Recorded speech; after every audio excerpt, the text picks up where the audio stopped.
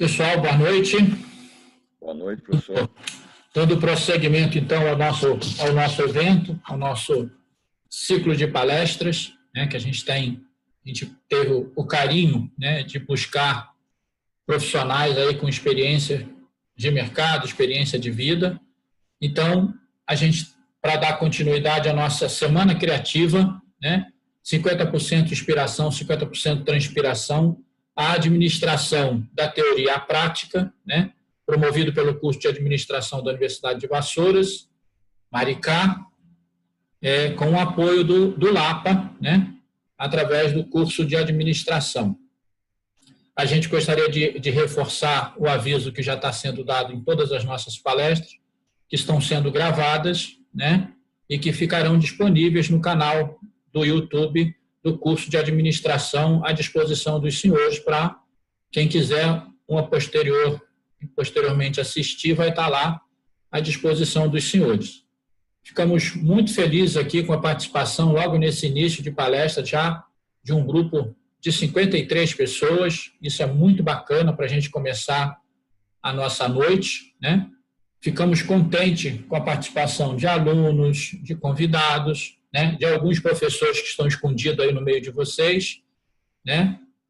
E, principalmente, nós já de antemão queremos agradecer a participação aqui do nosso mestre, professor Roberto Peixoto, que hoje veio nos brindar com uma aula, trazendo para a gente algumas incomodações, né, uns alertas com relação às questões econômicas, porque passa o nosso mundo no momento. Em função dessa questão que a gente está vivenciando hoje, né, que não é de hoje, já se vão praticamente 100 e tantos dias, né, desde de março, né, por conta do coronavírus, do Covid-19, a economia, a educação, quase no mundo inteiro, está sofrendo um impacto muito forte.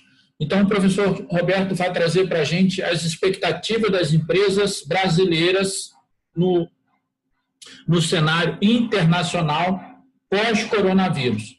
Ou seja, como é que estão se posicionando, como é que estão se adequando, se adaptando, se refazendo, se redesenhando, as empresas brasileiras, principalmente, com relação a isso tudo que está acontecendo mundo afora, em função dessa necessidade que a gente está vivendo hoje, né, do impacto do coronavírus, que é uma pandemia que está mexendo com a vida de todos nós. E aí eu gosto sempre de fazer a provocação, eu repito, não tem jeito, que é muito importante a gente fazer o novo normal acontecer agora.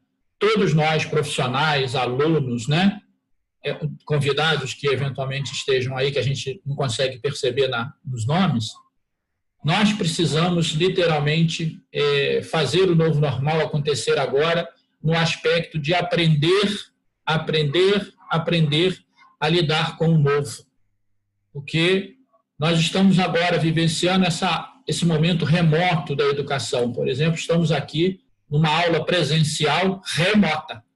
Ou seja, todos nós estamos aqui, mas cada um está no seu espaço físico, privado, protegido, e aí a gente tem que levar em conta as questões de proteção da saúde humana, da preservação da vida, e por aí vai. Professor Roberto, eu gostaria de agradecer ao senhor e pedir que o senhor faça só uma brevezinha saber quem é Roberto Peixoto. De onde veio esse senhor, o nosso mestre Peixoto? Só para as pessoas que estão aqui terem essa leitura de quem é e de onde veio o professor Peixoto por conta da sua experiência de vida, tanto no setor privado quanto na vida empresarial, nas, né, consultorias, nos trabalhos que o senhor tem realizado por aí. Por favor, Roberto, a palavra é com você. Obrigado, Genesi, mais uma vez pela oportunidade. Eu tenho, né, conforme nós estávamos falando antes, participado e acompanhado esses dias todos.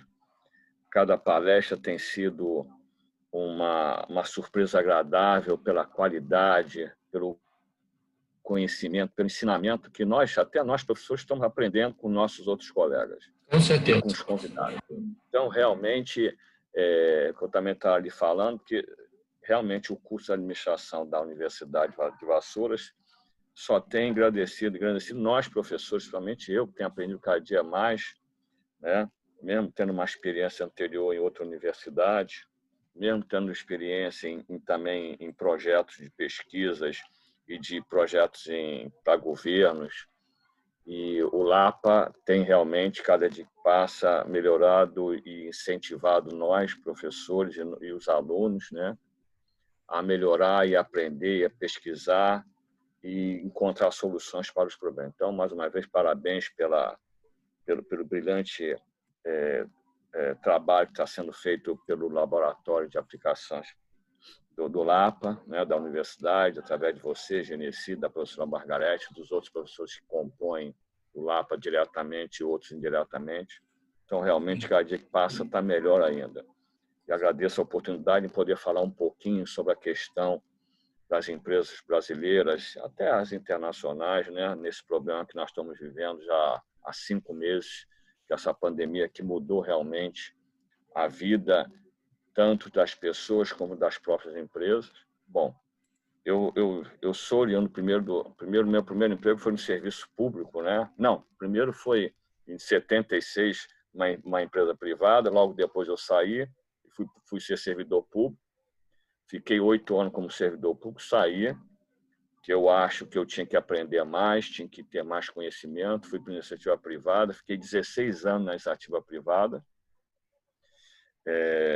aí incluindo uma construtora, como fui controle dessa construtora, depois eu fui ser pró-reitor de uma universidade lá no Rio, fui professor também, depois voltei para o serviço público já eu, tanto municipal como estadual, já fazendo inclusive projetos, na época eu estava na iniciativa privada, fiz vários projetos para os governos, alguns governos municipais e estaduais também, inclusive de Alagoas. Roberto, desliga o seu som.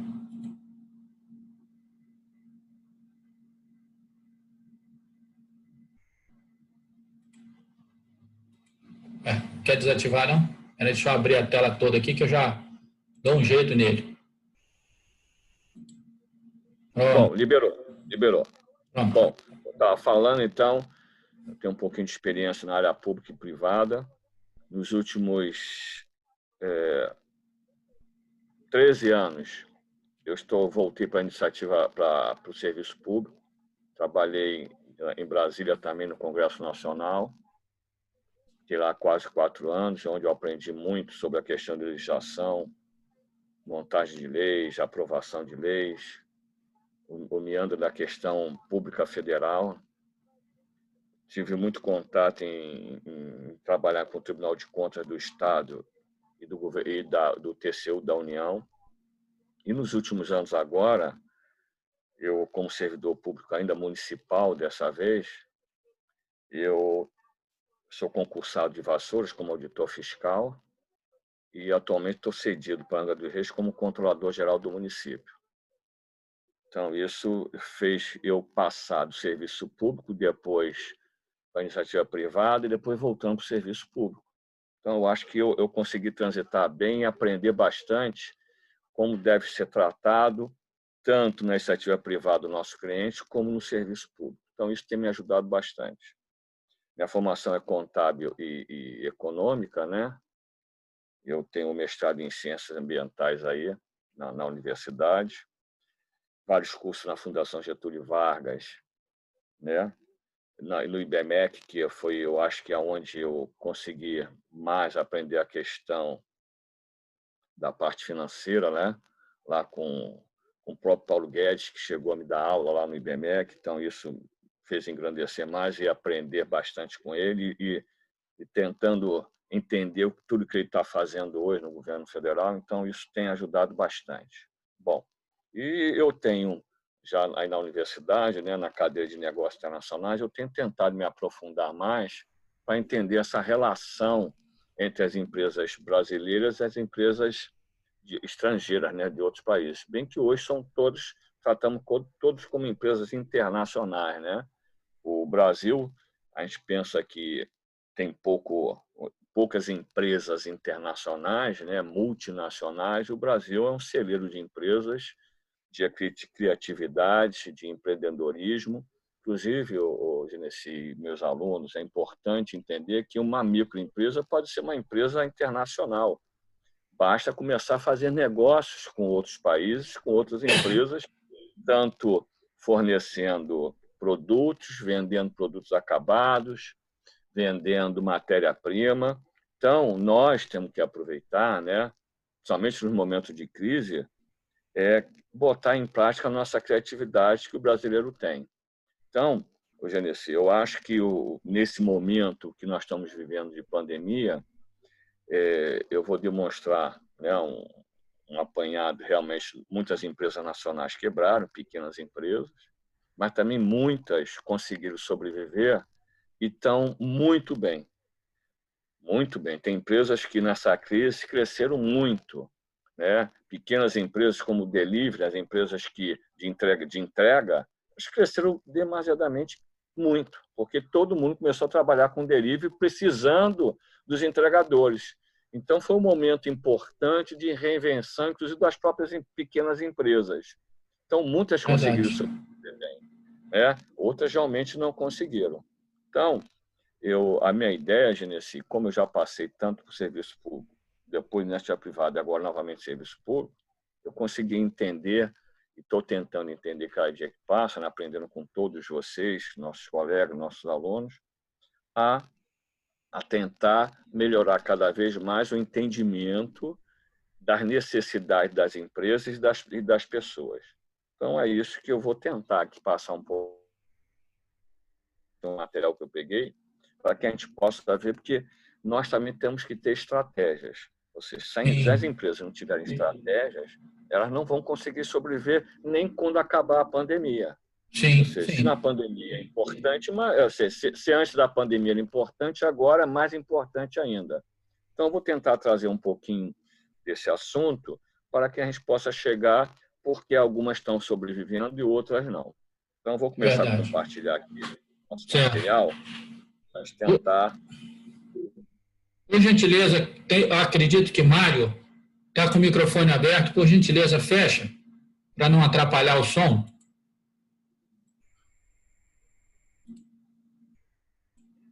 Bom, aqui, né, que é a nossa Semanas Criativas, 50% inspiração, 50% transpiração, e a ideia do que eu vou falar um pouquinho é a expectativa das empresas brasileiras no cenário internacional pós-coronavírus, né?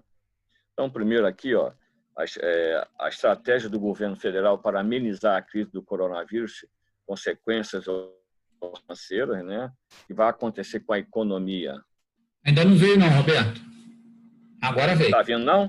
Agora veio. Ah, legal. A tela inicial. Legal.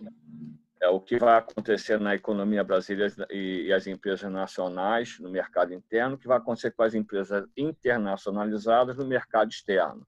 Ou seja, nós temos tanto o mercado interno como o mercado externo, que tem sofrido muito, tanto internamente, as empresas estão sofrendo, como externamente, quem tem muitos negócios com os outros países, né? Então, vamos lá. Então, aqui, ó, um dado importante para a gente, Genesi, deixa eu botar isso aqui para cá, para me ficar melhor lá. 2.814.000 empresas brasileiras em funcionamento na primeira quinzena de julho, 44% informaram que a pandemia do novo coronavírus afetou negativamente suas atividades. Então, olha a consequência dessa questão da pandemia nas empresas nacionais. É verdade. 1.814.000 empresas sofreram problemas com a pandemia. Nem todas quebraram, mas todas sofreram demais. Quem tinha fluxo de caixa, quem tinha um capital de giro que pudesse suportar, conseguiu passar e se adequar para sobreviver até agora. Quem não tinha fluxo de caixa, não tinha capital de giro, morreu logo no primeiro, segundo mês. É como mesmo você fala, né? É como você está falando o tempo todo aí, né? Planejamento, né? Se não tiver um planejamento estratégico, ela não consegue enxergar as possibilidades, e aí quando vem uma onda muito forte, ela não consegue navegar nessa onda, não consegue surfar nessa onda. Aí acontece essa realidade aí que você está falando. verdade. Você vê, o Genesi, a primeira grande crise, né, tirando a de 1880, lá na Europa, depois veio a grande crise da Bolsa de 29 nos Estados Unidos, depois nós viemos a Segunda Guerra Mundial, depois nós viemos a questão da guerra da Coreia, do Vietnã, isso tudo afetou a economia, vieram as crises de moratória dos países, né? Vieram do Brasil, do México, depois veio a grande bolha das hipotecas americanas. Então, sempre está tendo problemas na economia mundial que afeta. E agora, se a gente se lembrar bem, a crise das hipotecas em 2008 já foi uma crise global diferente da de 29, que não tinha a globalização. Hoje o mundo é globalizado. Então, quando alguém espirra lá na China, está atingindo a gente, como aconteceu com o coronavírus. Surgiu o vírus lá, atingiu o mundo todo. Então, como as empresas e o mundo está globalizado, nós temos que pensar, somente os administradores, em estratégias que sempre terá um problema, é um ciclo, que sempre vai ocorrer um problema. Então, já tem que estar preparando as suas empresas, né? Principalmente o administrador, volto a frisar que o administrador é um generalista, é uma pessoa que tem que ter um conhecimento global, que ele possa ajudar as empresas aonde ele está trabalhando, ou na consultoria, ou como diretor, gerente, a sempre estarem preparados para uma crise. Ou seja, essa crise, nunca imaginava que a crise de 2008 seria superada. E ela foi grande demais e as pessoas não perceberam como ela foi grande e destruiu várias empresas. Chegou a ser maior do que a de 29. A crise que o Brasil teve no governo anterior ao Michel Temer, né, começou com o governo Lula, que falaram que ia ser uma marolinha, ela afetou profundamente a economia brasileira. Quando ela agora começou a voltar a querer crescer, teve a questão da pandemia, que voltou a ter uma recessão. Na minha opinião, nós estamos numa recessão muito grande. E se manter 2, 3 trimestres dessa maneira, nós vamos entrar numa depressão que é gravíssimo, né? Aí nós vamos realmente ter um problema seríssimo na nossa economia. Já estamos tendo, imagino que se entrar numa depressão. Por isso que o governo federal tentou, desta vez, já falar um pouquinho das iniciativas do governo federal, injetar o máximo de recursos no mercado e nas empresas para que nós não alcançássemos uma depressão, que aí seria muito pior, e nós não sairíamos tão cedo dessa crise que nós estamos vivendo atualmente. Então, você vê, a crise, conforme eu estou mostrando, 44% das empresas formadas tiveram problemas com a pandemia. As empresas do setor de serviços foram as que mais sentiram o impacto, ou seja, 47%. Claro, serviço, você vê, um prestador de serviço, você não quis ir na sua casa nesse momento de pandemia, nem podia. Como é que eu vou deixar um cara para consertar alguma coisa na minha casa com a pandemia dessa, deixar entrar, podendo contaminar a minha família? A prestação de serviço sofreu demais. Agora, isso a que usa fisicamente a prestação de serviço. A prestação de serviço de consultoria pode se fazer através de home office, que se nós percebermos bem, é bom porque conseguiu, da pandemia, tirar essa questão de começar a atender mais ainda o cliente através de conversas com esses aplicativos que hoje nós estamos usando. Esse aqui é o Zoom, tem o Teams e tem outros aplicativos. Então, também as pessoas, os consultores, se reinventaram também. Os prestadores de serviços que não precisavam ir nas nossas casas para prestar o serviço, conseguiram, através dessas plataformas digitais, continuar e manter certos clientes. Já o prestador de serviço que precisava vir nas nossas casas, esse praticamente sumiu. Então, agora está começando a voltar, mesmo assim com muita dificuldade. Então, por isso que os prestadores de serviço sofreram muito mais as consequências da pandemia do que os que não precisavam ir visitar as nossas casas. Então, no segmento de serviços prestados às famílias, 55% das empresas foram negativamente afetadas. Então, não tinha como vir. O cara eu não quis deixar o cara vir aqui em casa consertar meu ar-condicionado. Como vocês não deixaram? As empresas prestadoras de serviço, além dos consultores, tiveram problemas.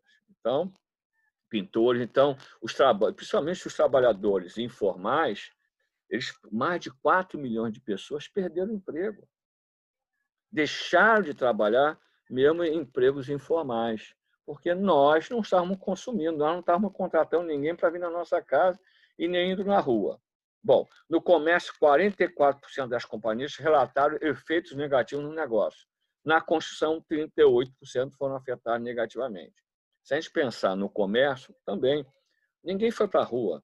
Quantas lojas fecharam, quantas empresas quebraram, porque os clientes sumiram. Ninguém ia para a Rua da Alfândega, aqui no Rio, no Ceará, comprar, visitar lojas todas fechadas. Então, quantas empresas quebraram? Isso tudo é consequência da pandemia. Tirando um pouquinho desse resumo aqui, as empresas, tanto na área de serviço, construção e comércio, que conseguiram se reinventar nesse período, comércio com os restaurantes com delivery, que não vendiam em delivery, tiveram que se adequar rapidamente para poder vender através de delivery. Ou seja, as construtoras, como não estavam podendo construir, não estavam podendo botar seus empregados no canteiro de obra, começaram a fazer visitas virtuais, oferecendo aos clientes os imóveis que estavam à venda, que estavam em construção. Não faziam isso. Mas se a gente for fazer uma pesquisa, a gente vê que nesse período, vários sites, várias construtoras, vários imobiliários começaram a oferecer mais ainda visitas virtuais nos apartamentos. Ou seja, os corretores imobiliários, né? Os corretores de imóveis, começaram a criar sites para vender apartamentos via internet, ou seja, fazendo as visitas virtuais. Então, as empresas e as pessoas que conseguiram perceber que precisavam se mexer, conseguiram minimizar os impactos dessa pandemia. E quem tinha ainda capital de giro, quem tinha um fluxo de caixa saudável, conseguiu também minimizar o problema. Então, todos os setores da economia nacional sofreram os impactos da pandemia. Serviço, comércio e a indústria. Quem menos sofreu foi a questão do agronegócio. O agronegócio brasileiro tem sido, realmente, nos últimos anos, um celeiro de prosperidade, um celeiro de riqueza, um celeiro que tem gerado recursos extraordinários para a balança comercial nacional. Então, tem se demonstrado que os investimentos feitos nos últimos anos, né, de vários governos, na questão do agronegócio, têm dado resultados espantosos para a balança comercial nacional. Eu acho que a tecnologia implantada pela Embrapa, que é uma empresa genuinamente nacional, estatal, que sempre fez as pesquisas no campo, realmente tem demonstrado que todo investimento feito nela está trazendo retornos espantosos para o governo, para o país. E ela, ou seja, o agronegócio, com a ajuda da Embrapa e de outros institutos de pesquisas ligados ao campo, salvou a balança comercial brasileira nesses 5 meses. Ou seja, você vê que nós fechamos a nossa balança comercial do mês nós estamos em agosto, em junho, foi a maior foi o maior resultado superávit comercial dos últimos anos, graças ao nosso agronegócio.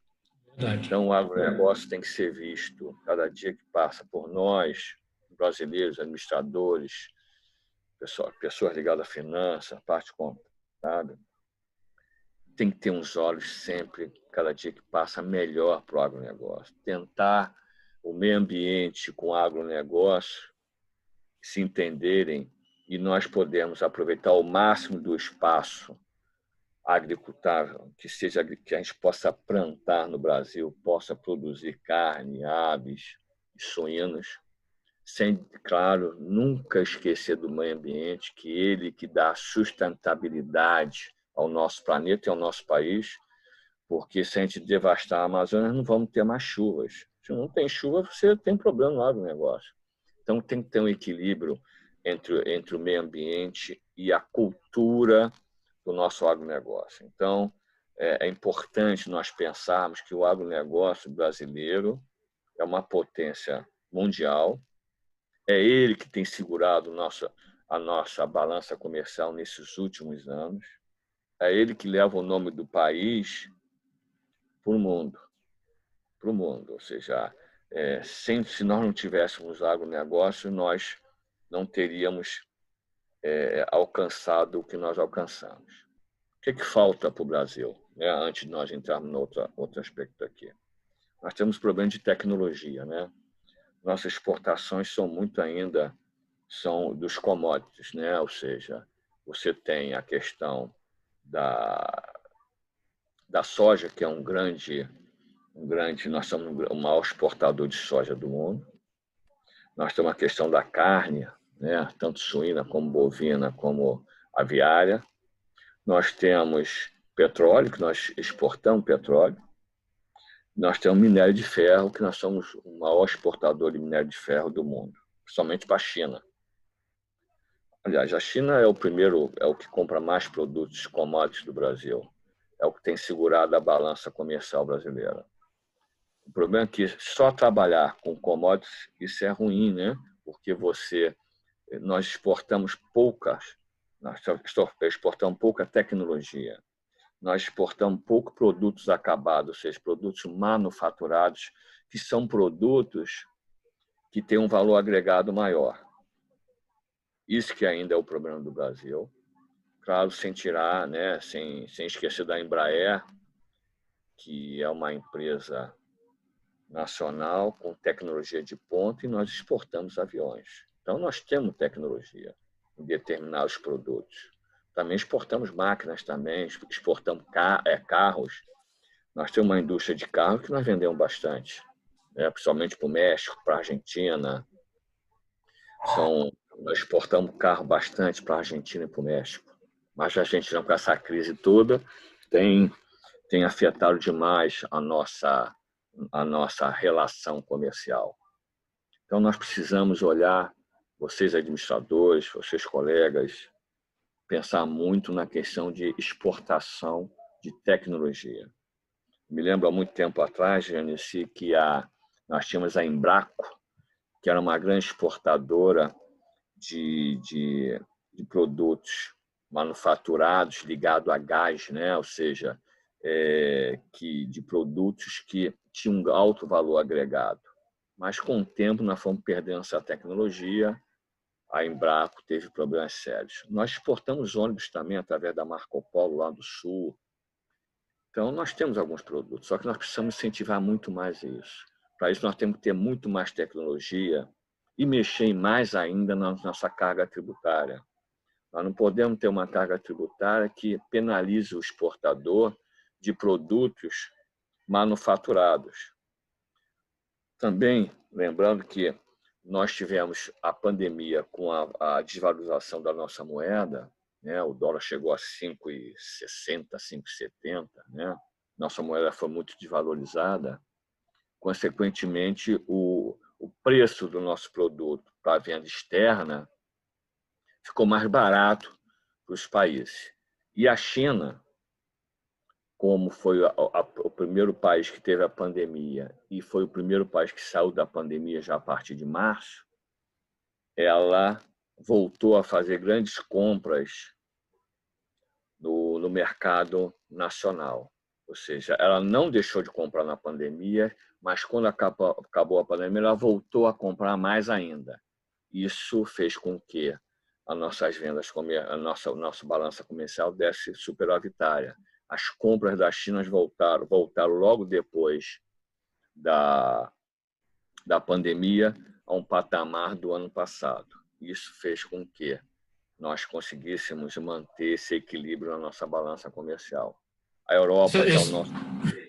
Essa questão que você está levantando é muito importante, né, Roberto? Quando a gente começa a olhar para as questões econômicas, muitas vezes a gente foca. Por exemplo, quando você fala aí do agronegócio, saiu uma reportagem agora esses dias, que realmente o que você acabou de fazer saiu 3 dias atrás, um gráfico maravilhoso demonstrando o quanto, né, o mundo depende do agronegócio brasileiro, a quantidade de coisa que a gente exporta. E aí entra a nossa questão aqui nesse momento, né? Nós, formadores, nós, profissionais, alunos que estão se preparando para o mercado, de lembrar que para o agronegócio estar desenvolvido como ele está, ele não precisa só das máquinas que estão lá. Eles precisam de gestão, e a palavra que você está trazendo a todo momento, né? De planejamento estratégico, de entender o mundo, como o mundo está girando, que tipo de demanda está sendo demandada, né? Que tipo de produto está sendo pedido e que tipo de profissional eu preciso estar formando para poder atender a essas lacunas que existem no mercado. Quando você trouxe aí para a gente que a gente está com um problema de defasagem de tecnologia, é exatamente nesse ponto aí que você está falando. O nosso profissional, ele precisa se conectar à evolução dos modelos de negócios, né, dos modelos de trabalho que estão se reconfigurando. Você falou, a pandemia está trazendo aí as pequenas empresas, o prestador de serviço, ele se arrebentou nessa pandemia, mas muitos deles, você mesmo disse, muitos deles se redesenharam. O cara conseguiu se desenhar de forma diferente e conseguiu atender e chegar na casa das pessoas. Verdade. Né? Porque achou o caminho para chegar até o cliente dele. Essa que é a grande sacada da gente entender esse novo normal, essas novas demandas, as novas exigências por conhecimento e habilidade que o mercado vai fazer daqui a pouco. Não vai demorar, não. Você vai voltar rápido. Então, verdade. É só para a gente entender isso. E o administrador é importantíssimo nesse momento. Nesse contexto, verdade. Nesse contexto, o administrador ele é o cara de fazer o diferencial na empresa. Sim. Ele é o cara que pode montar o planejamento da empresa para, nesse momento, ela conseguir dar a volta e buscar novos caminhos, novos mercados, para não ficar independente só de um mercado. Nós temos que ter diversificação com nossos clientes. Nós temos que ter vários clientes para que, em momento de crises, as empresas possam sobreviver. Eu falando sobre a crise de 2008 lá nos Estados Unidos, né? Foi a crise do subprime, que é das hipotecas, foi uma crise global financeira. Essa é onde as empresas nacionais pequenas tiveram que voltar para o mercado interno, ou seja, quem tinha um mercado interno bem consolidado passou bem. Quem tinha um mercado externo consolidado passou muito problema. O exemplo foi a Sadia, a empresa Sadia, né? A empresa Sadia sempre quis comprar a Perdigão.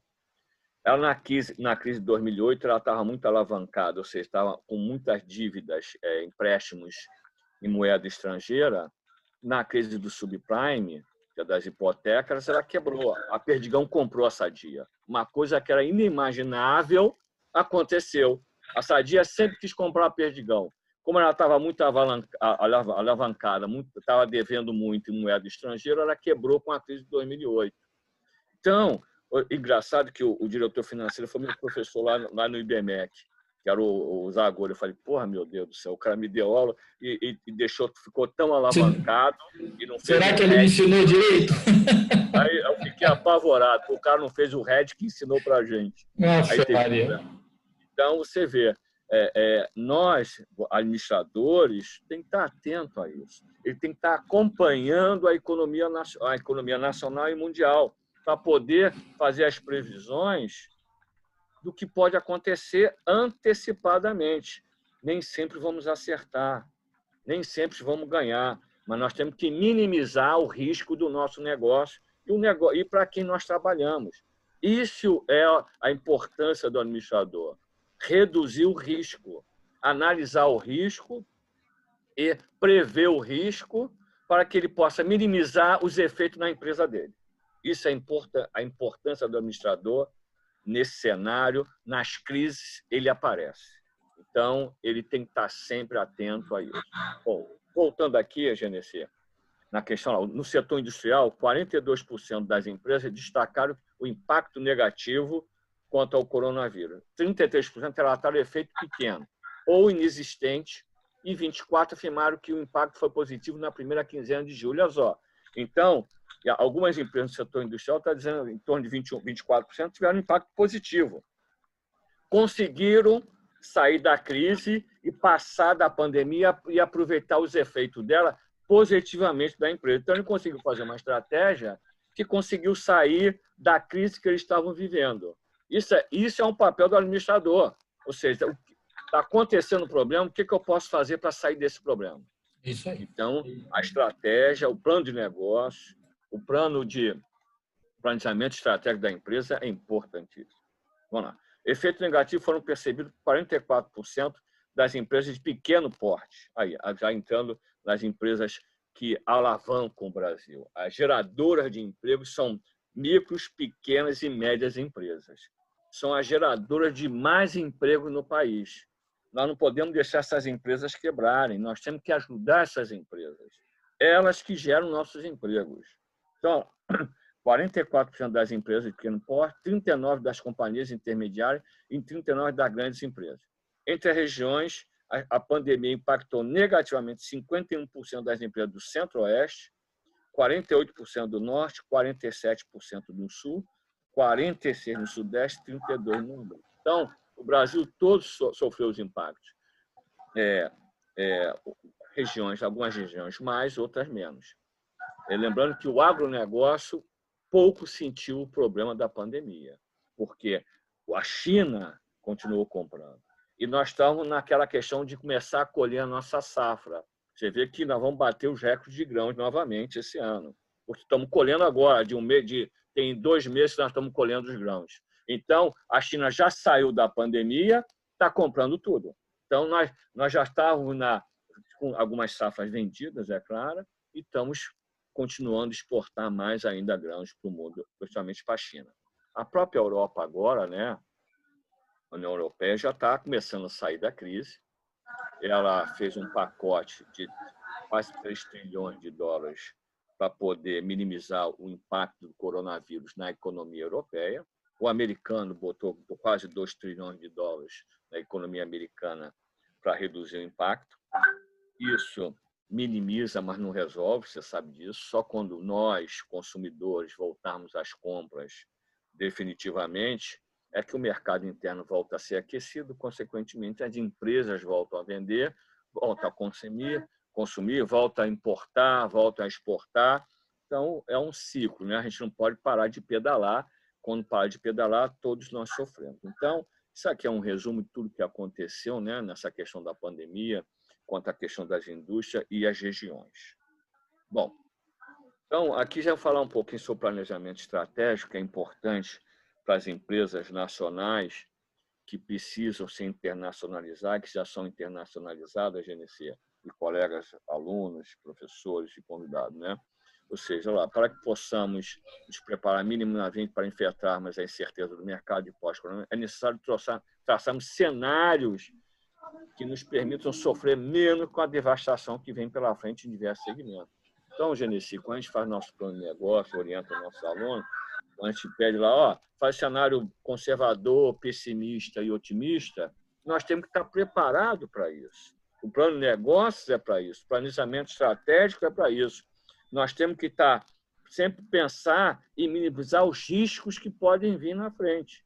O administrador tem que pensar muito nisso. Ou seja, o que é os cenários otimistas, conservador e pessimistas? Nós temos que ter um plano de negócio assim, para que a gente possa passar num momento desse. Claro que a pandemia do coronavírus, ele se estendeu demais, está se estendendo demais ainda, como 5 meses. E eu mesmo não imaginava que nós ficaríamos tanto tempo assim nessa situação. Bem que tem agora, com a abertura de um mês para cá dos negócios, né, começam a minimizar demais as consequências do coronavírus. Mas muitas empresas quebraram, muitas pequenas empresas nunca mais vão abrir. mas também novos negócios estão surgindo. Então, quem conseguiu se reinventar, quem conseguiu perceber no problema uma oportunidade, como nossos colegas professores falam, vocês, principalmente administradores, ele está conseguindo sair na frente de todos os outros que ficaram esperando a onda passar ou alguma ajuda a mais do governo federal. Então, nós temos que traçar cenários para que nós possamos sobreviver nesse mercado. Nós precisamos traçar cenários para imaginar o que pode acontecer daqui, inclusive daqui a 1 ano, 2, 3, 5 anos, é quando a gente faz nosso plano de negócio lá, a gente pede um cenário até 5 anos, para que a gente possa imaginar o que pode acontecer lá na frente. É isso que nós, professores, ensinamos no nosso curso. Qual a previsão para o futuro? O que a gente pode imaginar que vai acontecer? Temos que minimizar os riscos e tentar aproveitar as oportunidades. Então, nós temos que traçar cenários para poder passarmos dessas crises. Bom, nós temos que ter consciência ainda do problema, né, que está acontecendo. Então, tem aqui para a gente poder tirar aqui um traçado, né, uma ideia, ó, um caminhão em uma estrada escorregadia, em que o motorista perde o controle e coloca o pé no freio até parar. Temos a sensação de que, freando, retomamos o comando porque temos o controle de todas as variáveis, ou pelo menos grande parte delas. A diferença é que, ao frearmos, o mercado, como ocorreu no mundo todo com a pandemia de coronavírus, não temos controle de praticamente nenhuma variável. Então, na chuva, um caminhão pesado, mete o pé no freio, você não sabe aonde ele vai parar. Mesma coisa aconteceu com o mercado. Essa freada que aconteceu no mercado nacional e internacional, nós ainda estamos sem saber direito o que vai acontecer. Como você falou, o novo normal. Será que o novo normal vai ser nós ficarmos em casa trabalhando o tempo todo home office, como o governo federal já está fazendo? A Petrobras está botando mais de 50% de funcionários home office. Quantos prédios ela vai desalugar? Olha a consequência desse novo normal. É isso aí. Quantos prédios comerciais vão ficar vazios? Eu tenho ido no centro do Rio, às vezes cedinho lá para tratar algum assunto, né? Eu vejo muitos restaurantes fechados, muitos prédios vazios. O centro do Rio vazio. Onde isso, há 5 meses atrás, você encontrava isso? Você não encontrava. Então, são variáveis que nós ainda estamos aprendendo de como nós vamos resolver. O administrador é importantíssimo nesse momento. Ele tem que traçar todos os cenários possíveis e inimagináveis para que a gente possa minimizar o nosso risco e o nosso problema. Como retomar nossas atividades, como retomar aquela frequência que nós tínhamos lá na cidade do Rio, lá no centro da cidade, como jornaleiros hoje vão voltar com as suas bancas de jornais. Estou dando um exemplo de jornaleiro, que hoje eu recebo o jornal aqui no Zap e estou lendo o jornal, não estou na banca ali do lado comprar o jornal. Estou lendo aqui no telefone, não estou pagando nada, mandam para mim de graça. Olha o jornaleiro aqui do lado, ele tem que se reinventar. É isso. E hoje o jornaleiro, antigamente ele vendia jornal igual água, hoje não. Reduziu demais a receita do jornaleiro. Aí ele vende biscoito, vende Coca-Cola, vende água, cartão, né? Cartão, ele abastece o telefone pré-pago, está se reinventando para manter a banca de jornais dele. Então, ele vai ter que fechar.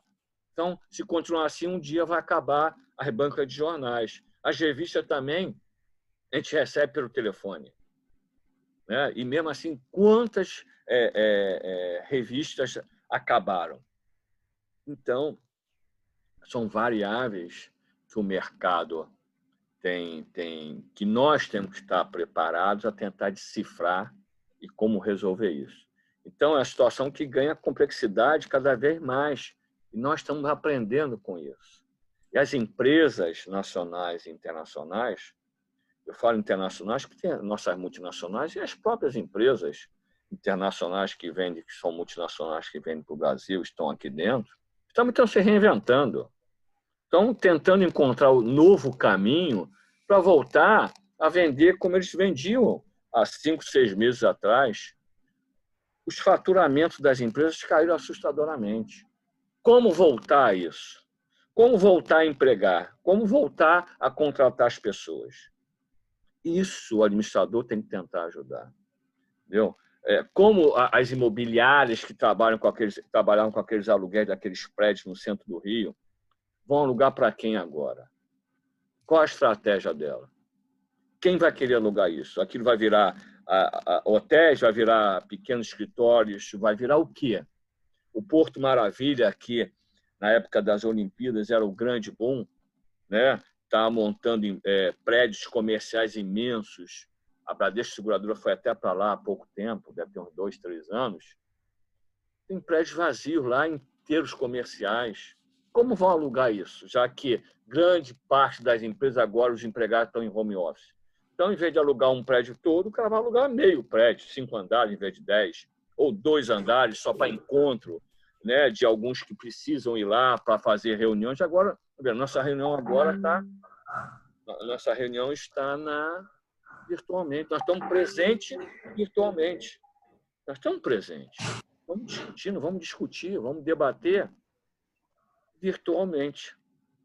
Então, hoje, as empresas estão assim. Nós fazemos reuniões lá com os Estados Unidos virtualmente, né? Ali, quinta-feira tenho uma reunião com o Conselho do Tribunal de Contas, é virtual. Não está podendo receber lá presencial, o cara, não, vamos ter uma reunião virtual quinta-feira, 10 da manhã. Tá bom, vamos discutir então. Então, olha só. Ô, Roberto. Olha para lá. Hoje faço tudo virtualmente. Fala, minha amiga Gilmara.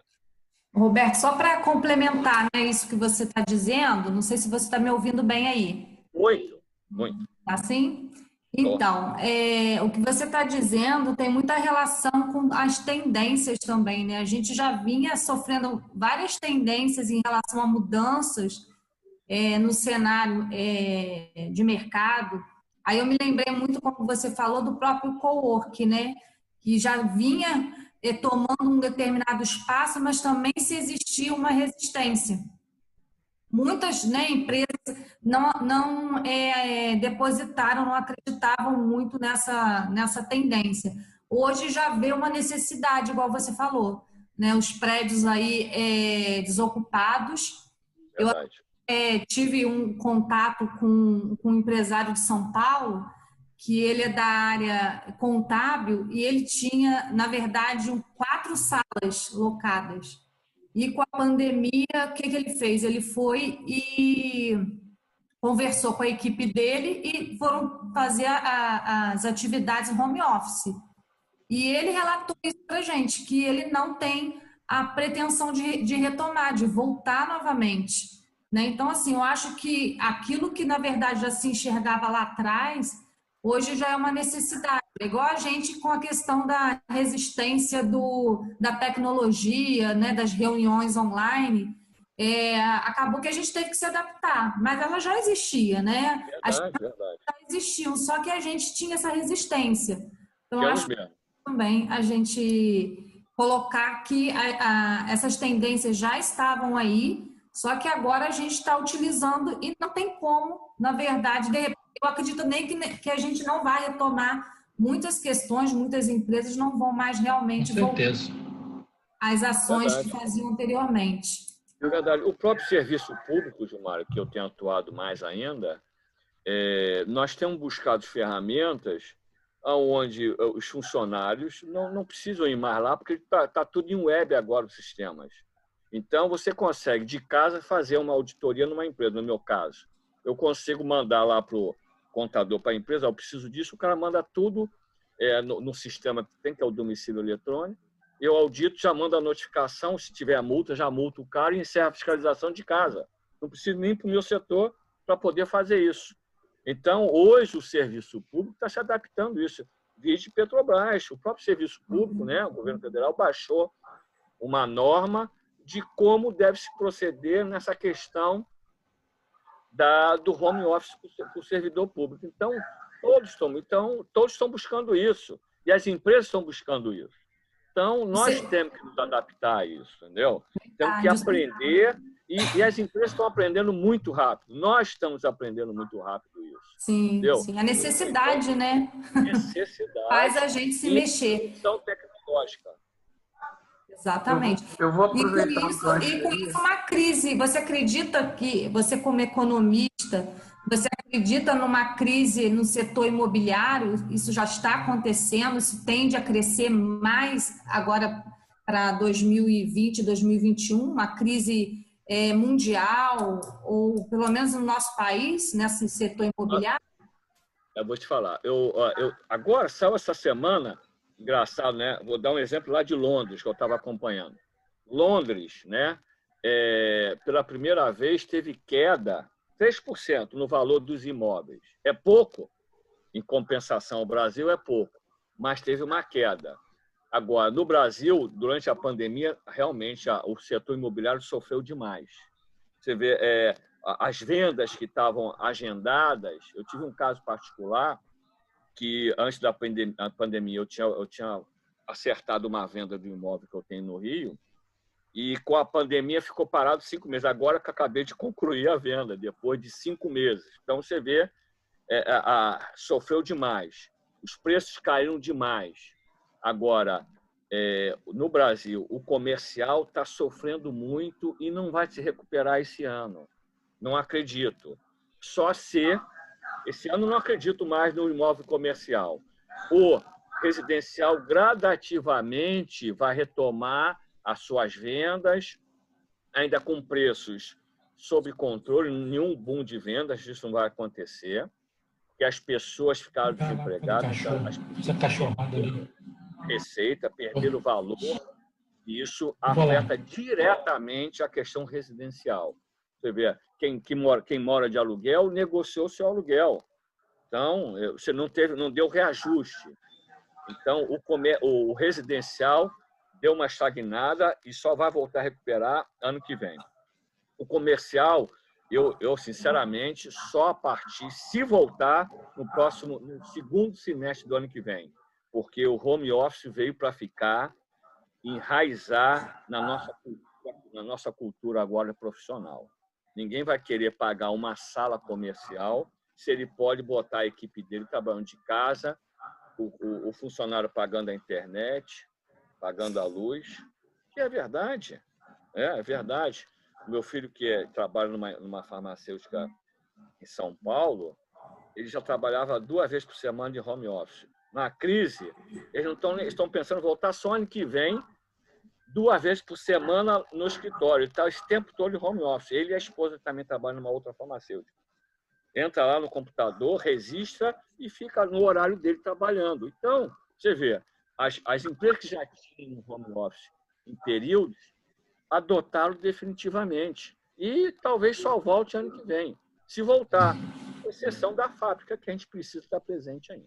O professor Marcos queria falar alguma coisa. Eu queria, sim, primeiramente, aproveitar esse gancho aí de vocês. Eu acredito realmente também no que você está falando aí, Roberto, a gente não vai ter mais, pelo menos aqui, eu sempre brinco, né? Eu moro em Volta Redonda, eu acredito que agora a gente vai ter um decréscimo no valor dos imóveis, especialmente em termos de venda.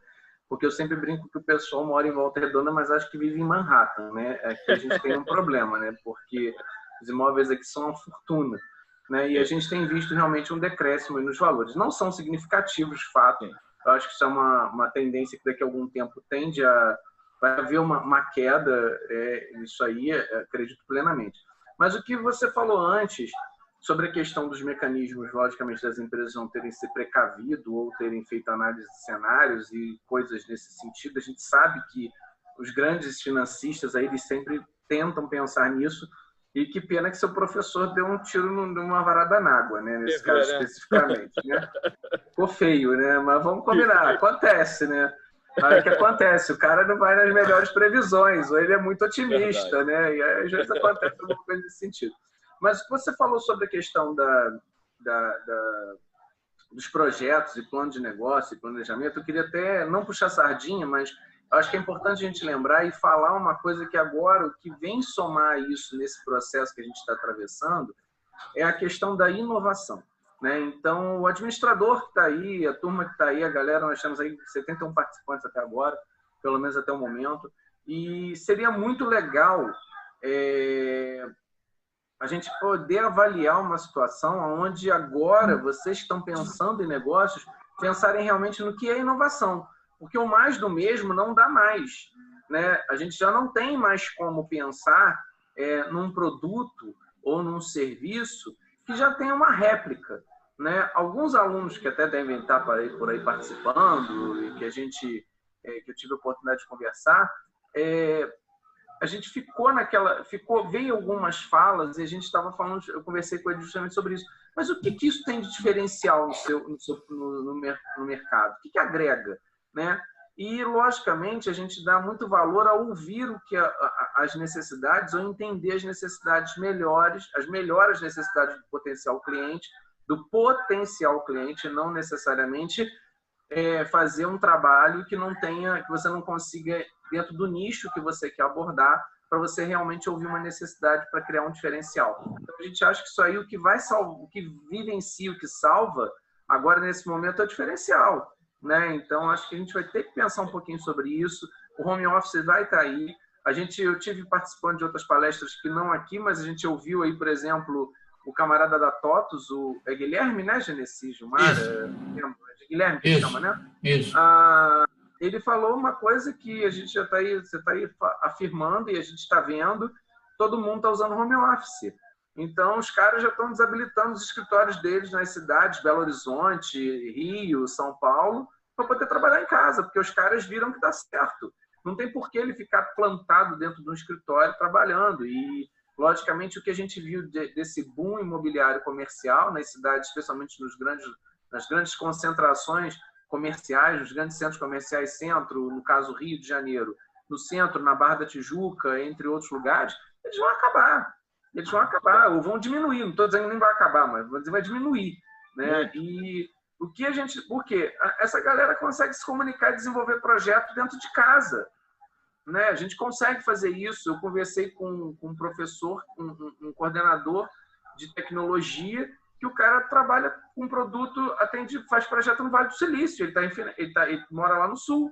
Ele não sai de casa para poder ir trabalhar. Ele não precisa ir nos Estados Unidos trabalhar. Ele está lá, o que ele tem que ter é inglês, né? Mas isso já virou uma coisa meio básica, né? A gente já passou. O português é só para a gente poder estudar mesmo, porque para o mercado a gente tem que, no mínimo, saber inglês. Isso aí já é um fato. Então, quer dizer, eu acho que a gente tem que realmente... talvez a chave para a gente poder se inovar e se sustentar no mercado, especialmente vocês que estão aí, nós também, né? É a ideia da inovação, né? Fazer um mercado com um produto com conceitos diferentes. Eu acho que isso soma muito positivamente. Então, acho que o que você está falando vem muito ao encontro para poder, de repente, reaquecer. E nós entrarmos naquela esteira, Roberto, que é um problema que eu critico, apesar de eu respeitar, né? Desde a época do Roberto Rodrigues, ainda na Embrapa, quando eu comecei a ter mais contato com essa parte de questões de produção. Não trabalho na Embrapa, mas eu admiro muito esse trabalho da Embrapa que ela vem desenvolvendo ao longo do tempo. Aliás, se não fosse por ela, a gente não seríamos esse expoente que nós somos de agronegócio, né? Porque ela fez plantar soja no Centro-Oeste, quer dizer, são tecnologias adaptadas ao nosso território, condições de solo, clima e por aí vai. E, logicamente, esse boom veio realmente depois da década de 90, com a abertura de mercado, blá, blá, blá, essa história toda que a gente já sabe, já ouviu falar. Mas é importante a gente lembrar também que nós temos que sair realmente da esteira da questão de ser simplesmente um mero exportador de commodity, começar a virar exportador de serviço, exportador de conhecimento, de tecnologia e por aí vai. Então, porque o que agrega valor não é commodity, o valor agregado da commodity é muito baixo. Né? O que agrega é quando você consegue agregar itens, no caso, valor ao produto que você transforma. Então, se nós temos uma indústria pujante e, logicamente, tecnologia capaz, tecnologias que atendam a demanda de mercado internacional, nós temos aí uma grande possibilidade de virar fornecedores de um serviço acabado, né? Então, não é simplesmente comprar o produto acabado, e sim começar a fornecer isso. Eu acho que isso ainda falta no Brasil, e que aí é um caso que a gente pode deixar como uma chamada para a galera pensar, né? É verdade, professor. É verdade. Se a gente não trabalhar em tecnologia e exportar serviços e produtos acabados, nós vamos simplesmente continuar sendo só um exportador de commodities, que é o que nós temos muito, mas que você precisa cada vez mais para poder conseguir equilibrar a nossa balança comercial. E isso não é o ideal. Isso tem que ser um complemento das nossas exportações de serviços. Nós precisamos disso. Nós temos que ter novas tecnologias e que possamos, né, desenvolver produtos que sejam de necessidade mundial. Isso a gente ainda não conseguiu ainda, né? Ou seja, a nossa indústria realmente ela só consegue produzir internamente, não consegue uma tecnologia que possa ser o diferencial para alcançarmos esse patamar que há tantos anos a gente está buscando e que ainda não conseguimos. Por isso que a importância dos alunos, dos pesquisadores, desenvolverem tecnologia que a gente possa utilizar para agregar valor ao nosso produto, né? O commodity petróleo, se a gente vendesse gasolina, nós estaríamos vendendo um valor com agregado maior, um valor agregado maior. Que o petróleo é bruto, mas a gasolina já é um produto refinado. Isso refinado, né? Então, isso é um exemplo, né? Então, nós precisamos trabalhar muito isso. Bom, então, eu acho que aqui na questão de cenários, voltando, professores, eu passo aqui um pouquinho de 3 cenários, 3 teorias que eu queria falar um pouquinho, né, sobre o cisne negro, que é o Black Swan, que avalia o que está fora do âmbito das expectativas normais, que nada no passado pode apontar de forma convincente para a sua possibilidade. Ou seja, o que aconteceu no passado não quer dizer o que vai acontecer novamente. Ele é uma expectativa que você pode ocorrer ou não. Então, eu vou falar um pouquinho dessas 3 teorias para que a gente possa dar uma olhada. Ou seja, são eventos muito improváveis e imprevisíveis que geram um grande impacto. Então, isso é uma das teorias, que é o cisne negro. A segunda é o rinoceronte cinza, né, que eu gosto de usar, que afere dados e informação que estão em campo aberto para o mundo ver, mas são ignorados até que seja tarde demais. Nós estamos olhando, mas achamos que não vai acontecer nada, não é problema, e esse é um grande problema. Ou seja, a gente não consegue perceber a importância desse item, desse problema que está lá, que você acha que não vai ser um problema sério para você. A gente deixa passar esse rinoceronte, né? Então, deve estar pensando em como resolver, mas nada acontece, e aí é que ocorrem os problemas. E uma terceira é a relatividade, né? A teoria da relatividade, que menciona quanto maior a velocidade que estamos em relação ao espaço-tempo, mais devagar temos a sensação de que estamos. Só que, na realidade, estamos muito mais rápido que outrora. Ou seja, precisamente o que estamos vivenciando nesse momento. A rapidez que essa pandemia causou, o problema que ela causou mundialmente, eu imaginava que demoraria 3 meses. Já estamos 5 meses. Eu não consegui perceber que levaria tanto tempo para nós sairmos. E eu sempre, nesses 3 meses, sempre defendi a saída o mais rápido possível do negócio voltar. Então, eu não percebi a gravidade da pandemia na saúde. Eu só estava pensando na economia. E ela afetou realmente, os 5 meses têm afetado profundamente a economia mundial, principalmente no Brasil também. Então, eu sempre fui da linha do Guedes de sair o mais rápido possível.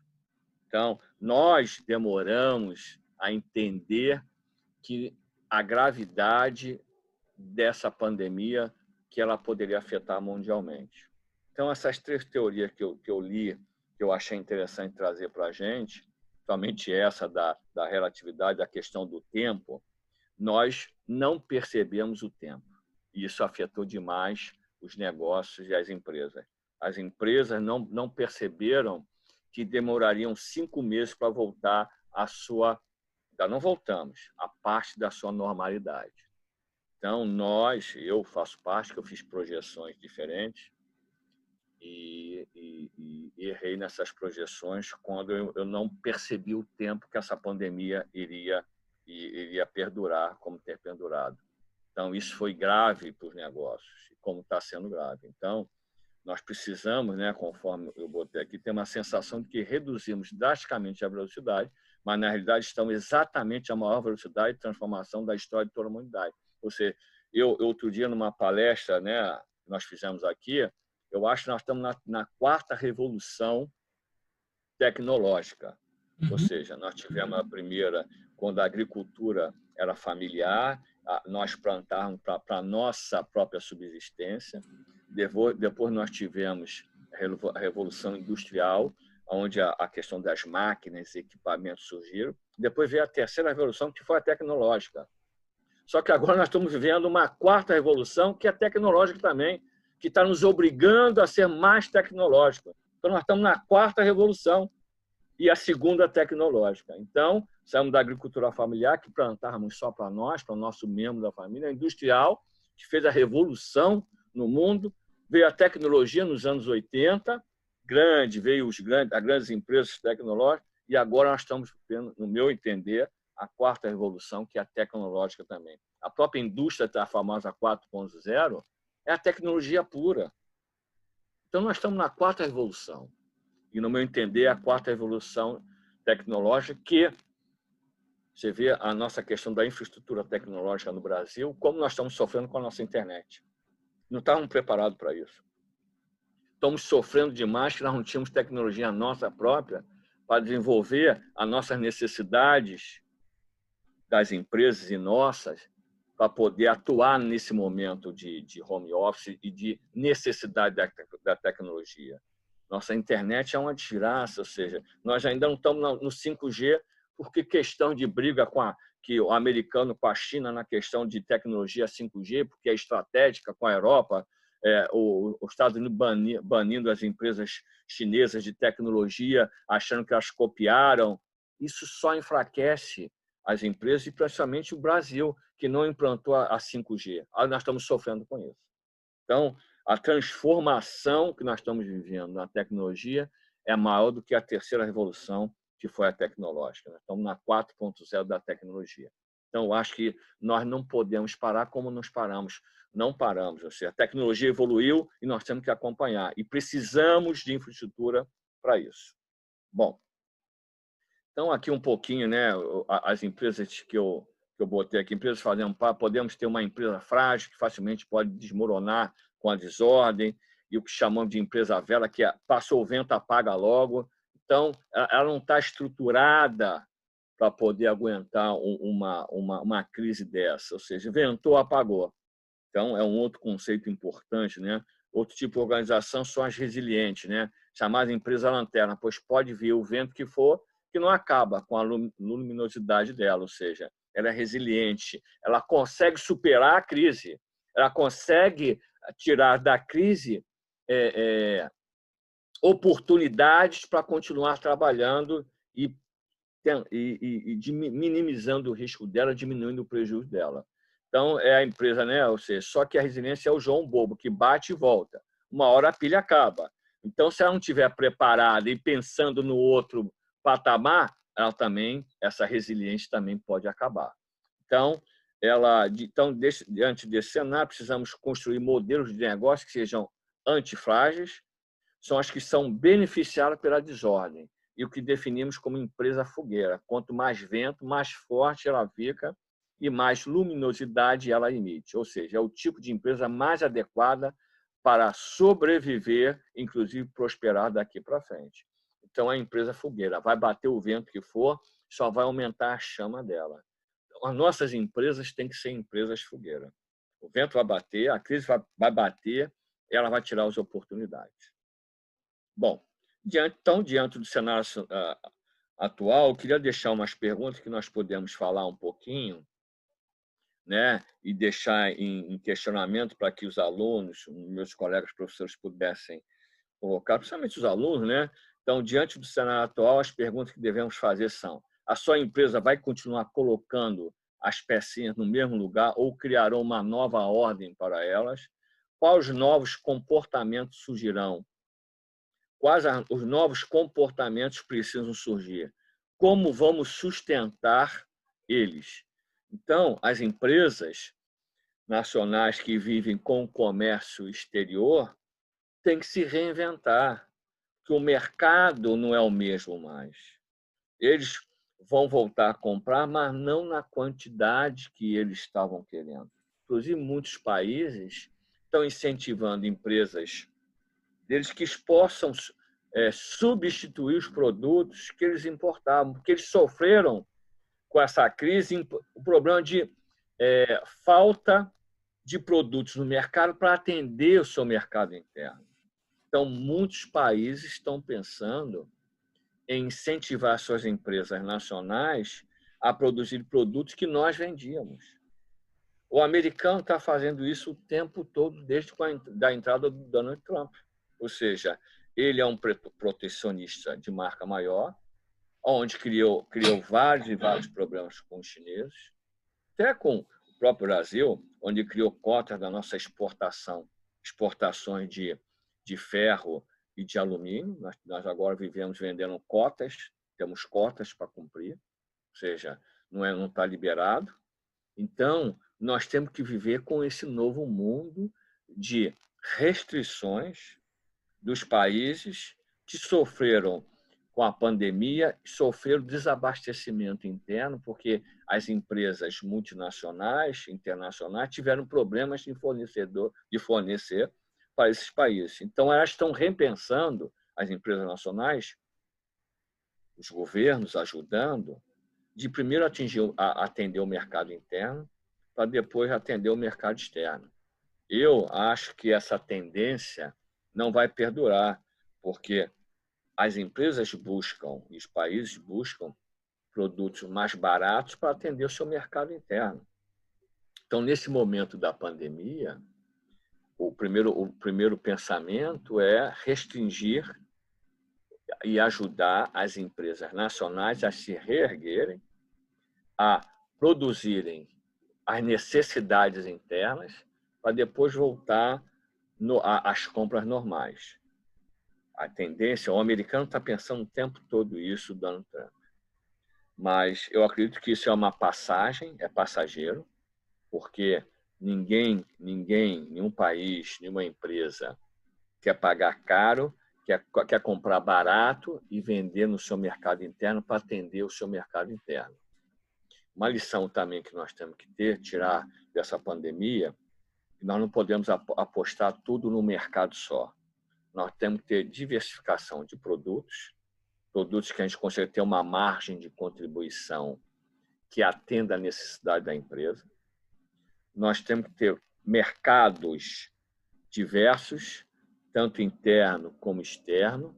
Não podemos vender só para um país, temos que vender ao máximo para vários e vários países, para quando um tiver uma crise, a gente possa vender para o outro, ou vender mais para o outro, continuar vendendo para o outro. E o mercado interno nunca pode ser esquecido. Nós temos que tentar dominar a tecnologia, vender para o nosso mercado interno, para quando tiver problema lá fora, nós continuarmos vendendo aqui internamente. Quando tiver problema internamente, a gente continuar vendendo lá para fora. Então, nós temos que ter diversificação do nosso cliente. Nós temos que buscar clientes novos a cada momento. Nós temos que buscar tecnologia para poder atender esse cliente. O professor Marcos falou que nós temos que exportar tecnologia, mas nós temos que desenvolver a tecnologia nacional. Eu estava vendo outro dia a questão da China, que eu tenho estudado muito a questão da China, que hoje a China é um produto que nós temos que estudar muito. Há 40 anos atrás, a China... Hoje eu estava vendo um programa aqui na TV sobre a China, né? O desenvolvimento da China, né? Até na agricultura, a China tem menos áreas agricultáveis do que o Brasil. E a China tem 1 bilhão e 200 milhões de pessoas, mas as áreas agricultáveis dela é menor do que a nossa. Por isso que ela compra demais nós. Isso é uma oportunidade. Por isso que ela é o nosso maior parceiro comercial. Mas nós temos que aprender com eles como eles conseguiram desenvolver a tecnologia. Copiaram, mas hoje eles têm que ter tecnologia própria. E nós não estamos conseguindo fazer isso. Nós só vamos sair da dependência dos commodities quando nós conseguirmos aprender. O chinês, eu acho que o chinês é uma boa lição hoje, é uma boa escola, além do americano, é claro, do europeu, de como sair das trevas para sair ser a segunda maior potência do mundo e buscando ser a primeira potência mundial em 2040. Isso vai acontecer brevemente se o americano continuar no protecionismo, na ignorância, na restrição de mercado, na sua soberba de querer ser o maior e melhor do mundo, que já foi. Como o Japão já foi a segunda economia mundial, hoje não é mais. Como o alemão é uma grande potência na questão de venda de máquinas e equipamentos, ainda não foi superado, mas vai ser superado pela China já já, na sua tecnologia de desenvolvimento de máquinas e equipamentos de robôs. Como o Japão já foi a referência nossa em tecnologia, e hoje já não é mais. Hoje é o chinês e o americano. Então, nós temos que sair disso, nós temos que aprender com eles, nós temos que responder às nossas perguntas internas de como nós podemos fazer para ser uma grande potência tecnológica. Porque se nós continuarmos vivendo como simplesmente exportadores de commodities, nós vamos ficar sendo um país nona economia do mundo, quem sabe voltar à oitava, ir para a sétima e só. Se a gente não aprender e desenvolver nesse momento tecnologia suficiente e conseguir mostrar para o mundo que nós somos confiáveis, trazermos mais investimentos internos para a nossa infraestrutura, voltar às ferrovias, que é importantíssimo. As estradas têm que continuar, mas a ferrovia é importantíssima. Infraestrutura para poder circular nossas mercadorias no país, ter uma infraestrutura tecnológica decente para que a gente possa continuar conversando, falando, trabalhando e desenvolvendo tecnologia, como nós já fizemos, nós já fomos exportadores na década de 70, só para poder terminar, de tecnologia militar. Nós exportávamos carros de combate, foguetes. Nós vendíamos foguetes militar, né? Nós tínhamos tecnologia militar suficiente para exportar. Já não fazemos mais isso. Hoje nós compramos nossos carros de combate. Então, isso é um exemplo. O Brasil já teve isso. Nós precisamos voltar a ter tecnologia para poder voltar a ser uma grande nação na questão de exportação de serviços e tecnologia suficiente para poder atender o mundo todo. Nós precisamos de ajuda. Então, nós, os alunos, os administradores, precisam tirar proveito da oportunidade que está dando essa pandemia. Vamos trabalhar para desenvolver o nosso mercado. Genesi, eu acho... isso aí. Roberto, eu acho muito importante essas perguntas que você deixou no ar aqui, né? Vai de encontro com o que a gente fez um comentário há um minuto atrás, né? Quais novos comportamentos surgirão? E aí, quando vocês falaram aí, a questão imobiliária, as grandes empresas que tinham prédios inteiros agora estão esvaziando os prédios e indo para casa.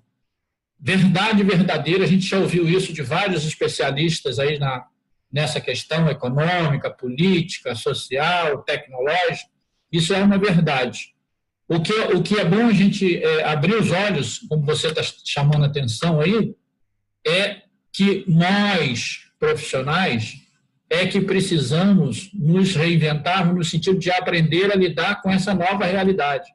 Aquela palavrinha que você colocou ali, a sua empresa vai continuar colocando as pecinhas no mesmo lugar? Não vai mais. Não tem como mais fazer isso. Se ela teimar em fazer isso, ela está morta. E aí entra nessa questão o desenvolvimento do profissional. Você vai continuar fazendo a sua atividade como você sempre fez? Quando o professor Marcos Taz, a questão hoje é inovação, é apresentar inovação. E aí, muitas vezes, as pessoas se assustam com a palavra inovação. Essa palavra ela não tem nenhum peso no sentido de criar uma coisa absurda. É você entender qual é a dor do mercado e entregar o remédio. Você não precisa criar... Você falou que o Brasil vendia foguete, né? Não precisa inventar foguete, porque o foguete já foi inventado. Agora, você precisa achar uma forma de vender foguete de uma forma mais ágil, mais barata, mais econômica e com qualidade. Porque essa questão hoje da tecnologia, ela está imprimindo esse fator, qualidade, né? em todo tipo de negócio. A gente tem essa dificuldade hoje, usando a tua fala, a gente virou, está aí na mídia, a gente virou refém da indústria chinesa nesse momento da pandemia, principalmente. Ficou muito claro isso. Não é nós, Brasil, não. Nós, mundo. É o mundo. Ficou refém da China em função do atendimento de novos equipamentos, principalmente nessa questão dos respiradores, como exemplo. Mas N outros equipamentos, produtos, que a China tinha demanda da produção, a capacidade de produzir em alta escala, em velocidade, e entender aquela questão do tempo que você botou lá. A gente está muito mais rápido do que a gente consegue imaginar. Então, o professor, hoje, ele não pode ficar na mesmice. Ele tem... Você vê, Gerencia, que, falando sobre respiradores, você vê que algumas indústrias automobilísticas passaram parte da produção para fazer respiradores. Sim. Eles fizeram a adaptação. A regressão. Pegaram um respirador, desmontaram tudo, viram como é que fazia e começaram a fazer. Olha só a inovação disso. Eles sabem isso, a oportunidade de vender respiradores. Exatamente. A regressão. E nessa questão aí, quando o cara pega o equipamento desse aí, a palavra que eu gosto de usar é explodir o equipamento, e entender essa tecnologia, aprender, né, literalmente, fazer o benchmark em cima disso, né, aprender como é que faz e recriar o produto, né? É aí que está a grande sacada da inovação. Eu faço... Está aí exemplo hoje, que você, acho que foi você que botou, ou Bezerra que botou. Como é que fala? As ações da Tesla chegou a $1.000 e tantos. A Tesla é empresa de quê? Né? E o que ela faz? E o que ela faz? Exatamente. Olha quantos produtos, carro, foguete, tudo ela está inventando, e o negócio dela é tecnologia, ela está gerando novos produtos a partir do momento que ela enxerga as dores do mercado, as lacunas que estão no mercado, e entra ali com aquela competência que ela tem e atende aquela demanda. Então, é para a gente entender que a coisa está girando, e vamos falar português claro, não depende de mim nem de você, não. O mundo gira por conta dele mesmo. É um processo orgânico, uma coisa vai empurrando a outra e vai exigindo do profissional, das indústrias, que se inove, que criem resposta, criem soluções para as necessidades da economia e da sociedade de forma geral. Acho muito legal essa questão sua, quando você traz a questão da bolsa, a questão da commodity, e aí, aqui para mim, aqui a minha incomodação é o seguinte: o Roberto está falando da commodity, tá legal, mas e para plantar a commodity, o que eu tive que desenvolver? O que eu tive que fazer lá de transgênico, né? de mudar lá aquela questão da capacidade produtiva, de ampliar minha produtividade? O Brasil, nessa área aí, o Brasil está na frente de muita gente. Tecnologia de ponta. De ponta, não é isso? Verdade. Eu queria aproveitar, já que você falou sobre isso, Genesi, professor Roberto, dá licença, só um minuto, mas aproveitar e fazer um comentário. Sim. A gente tem que considerar uma coisa, que é um fator histórico, que às vezes a gente pesa ainda sobre os nossos ombros, né? Isso a gente fala aí, quem é mais voltado para a área de educação, né? E a gente está falando sobre, a gente fala de tecnologia, inovação e tudo mais, mas se a gente olha lá desde a década de 30, nós somos um país atrasado tecnologicamente por conta até do próprio processo estagnado da evolução da educação. Né? Países historicamente que viveram esse processo, nós vivemos na década de 30, algo que a Alemanha, que seriam as grandes economias, viveram em 1700. Né? Então, nós estamos falando de uma reforma educacional que aconteceu quase 200 anos depois no país e que houve sérios problemas. Quando o Gustavo de Capanema trouxe a reforma de Capanema, que é a reforma Capanema que foi lá, que remontou surgiu as nossas diretrizes curriculares, aí, os planos nacionais, os planos decenais e por aí vai, tudo isso que a gente vê hoje pelo Ministério aí que a gente ouve, né, essa história toda, o que a gente vê, na verdade, é que primeiro nós fomos moldados por uma cultura de ser produtores literalmente de commodities, na verdade. Né? Nossa cultura era essa, era vender commodity, era produto para ser transformado lá fora. e não ser transformado aqui dentro, né? Quando o governo americano incentivou o uso da nossa chegada, da indústria brasileira, que nós tivemos um êxodo extraordinário do campo para dentro das cidades, o que a gente viu na década de 30 até remontar ao início da década de 80, que são esse êxodo rural, isso aí tudo, na verdade a gente viu, o que a gente vivenciou na realidade é uma falha grosseira, na verdade, da educação, que ela não evoluiu com a tecnologia. A nossa educação ainda precisa melhorar muito, né? Então a gente fala muito de inovação, a gente provoca muito isso, mas a gente ainda tem entraves que realmente na própria legislação educacional que trava a vida da gente. Então, assim, nós, professores, a gente tem que pensar sobre isso, a gente discute isso dentro de sala, a gente fala sobre ferramentas, traz tecnologias, traz inovações, discute notícias, fala sobre condição de mercado, fala sobre cenário, mas, no fundo, a gente ainda tem essa raiz ruim, né, que precisa ser dinamizado. A educação 4.0, ela não evolui. Essa chamada educação 4.0, ela não veio com o ritmo da indústria 4.0. E aí, o que você faz? Né? A galera da Índia, da China e todo mundo mais, eles estão lá e eles têm uma educação 4.0. Eles têm uma educação 4.0. Ah, mas existem vários problemas sociais. Nós também temos. Nós somos países de desenvolvimento igual a eles. Do mesmo jeito, não tem diferença nenhuma. O que diferencia esses caras? Eles se destacaram e entenderam que educação é um negócio bacana de investir e não é para ganhar, não é lógico para ganhar dinheiro, mas a pesquisa precisa ser melhor difundida. A gente tem que discutir isso também dentro, quando a gente fala do cenário econômico, e o que muda, transforma a economia, transforma a nossa capacidade produtiva em algo tangível, é a pesquisa. E a gente não faz. A gente não fomenta isso. É muito limitado. Então, quando você chega dentro do espaço, você vira para o cara, quando um cara sai da universidade e ele vai baixar num P&D dentro de uma empresa, o cara nunca viu pesquisa na vida. Como é que o cara vai desenvolver alguma coisa se ele não entende nada de pesquisa? Né? E aí você fala assim, mas o país tem que ser uma potência. A Embrapa tem um diferencial porque ela investe em P&D. Ela criou P&D. E ela tem a equipe de trabalho dela, e logicamente as universidades que ela se vincula e tudo mais, ela fomenta a pesquisa. Então, assim, aonde a gente tem... Eu digo até, por exemplo, dentro do meu próprio projeto mesmo, quando eu fiz mestrado, igual vocês aí, fiz ciências ambientais. E a gente não sabe, mas um camarada aí na matéria em Vassouras. Quando eu fui fazer meu projeto, quem me deu recurso tecnológico foi o técnico, que eu nem lembro mais agora, acho que ele já aposentou também. Mas um cara genial. E ele nunca teve um centavo de projeto. Ele montou a pesquisa, desenvolveu o projeto, propôs pré-matéria e não conseguiu levar o projeto dele adiante. Quer dizer, é um negócio simples, econômico. E o cara tinha todo um potencial para poder fazer. Mas ele fala de pesquisa. As áreas de saúde, de ciências propriamente dito, ela fala de pesquisa. Mas nós, na gestão, não focamos pesquisa. A gente não provoca essa questão para o aluno. Eu acho que isso é muito interessante. Falar sobre tudo isso é muito bom. Mas a gente tem que fomentar